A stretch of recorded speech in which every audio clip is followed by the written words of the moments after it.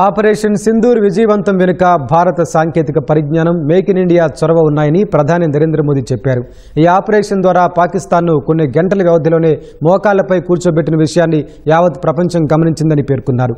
పాకిస్తాన్లోని కీలక స్థావరాలకు చొచ్చుకెళ్లి మరీ ఉగ్ర శిబిరాలను ధ్వంసం చేసిన నయా భారత్ శక్తి సామర్థ్యాలను చూసిందని బెంగళూరు పర్యటనలో వివరించారు.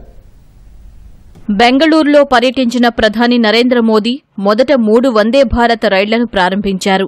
బెంగళూరు నుంచి బెళగావి వెళ్లే వందే భారత్ రైలుకు స్వయంగా జెండా ఊపి ప్రారంభించారు. శ్రీ మాతా వైష్ణోదేవి కట్రా నుంచి అమృత్సర్, నాగపూర్ నుంచి పుణె వెళ్లే 2 రైళ్లకు వర్చువల్ గా పచ్చజెండా ఊపారు.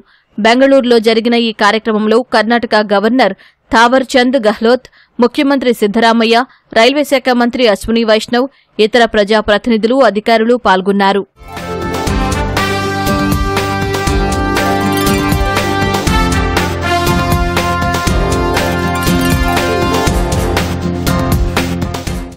బెంగళూరు మెట్రోలో కీలక లైన్ను ప్రధాని మోదీ జాతికి అంకితం చేశారు. ఐటీ హబ్ ప్రాంతంలో రద్దీ తగ్గించేందుకు 7,160 కోట్లతో నిర్మించిన ఎల్లో లైన్ను ప్రారంభించారు. అనంతరం ఆర్వీ రోడ్ నుంచి ఎలక్ట్రానిక్ సిటీ స్టేషన్ వరకు మెట్రో రైల్లో ప్రయాణించిన మోదీ చిన్నారులతో కాసేపు ముచ్చటించారు.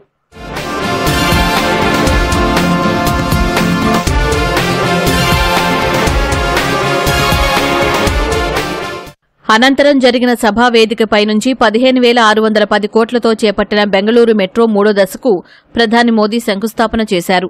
ఈ సందర్భంగా మాట్లాడిన ప్రధాని భారత్ 3వ అతిపెద్ద ఆర్థిక వ్యవస్థ దిశగా అడుగులు వేస్తున్నట్లు గుర్తు చేశారు.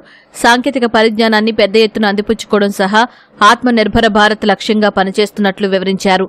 ఇదే సమయంలో ఆపరేషన్ సింధూర్లో సాంకేతిక పరిజ్ఞానాన్ని పెద్ద ఎత్తున వినియోగించిన విషయాన్ని గుర్తు చేశారు. ऑपरेशन सिंदूर में भारतीय सेनाओं की सफलता सीमा पार कई किलोमीटर भीतर आतंकवादी ठिकानों को नेस्त नाबूद करने की ताकत और आतंकवादियों के बचाव में उतरे पाकिस्तान को कुछ ही घंटों में घुटनों पर लाने की हमारी क्षमता पूरी दुनिया ने नए भारत के इस स्वरूप के दर्शन किए हैं.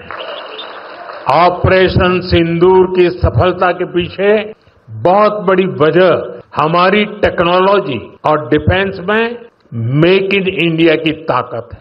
కేంద్ర రాష్ట్ర ప్రభుత్వాలు ప్రజలకు సేవ చేయడానికి ఉన్నాయన్న మోదీ వారి అభ్యున్నతి కోసం కలిసికట్టుగా పనిచేయాల్సిన అవసరం ఉందని పేర్కొన్నారు. ఈ దిశగా కేంద్రం గత 10 ఏళ్లలో కొత్త సంస్కరణలు తీసుకొచ్చిందని, డీక్రిమినలైజేషన్ కు సంబంధించి నూతన చట్టాలను తెచ్చినట్లు గుర్తు చేశారు. త్వరలో జన్ విశ్వాస్ 2.0ను కూడా తీసుకొస్తున్నట్లు వెల్లడించారు. రాష్ట్రాలు కూడా ఈ దిశలో చర్యలు చేపట్టాలని కోరారు.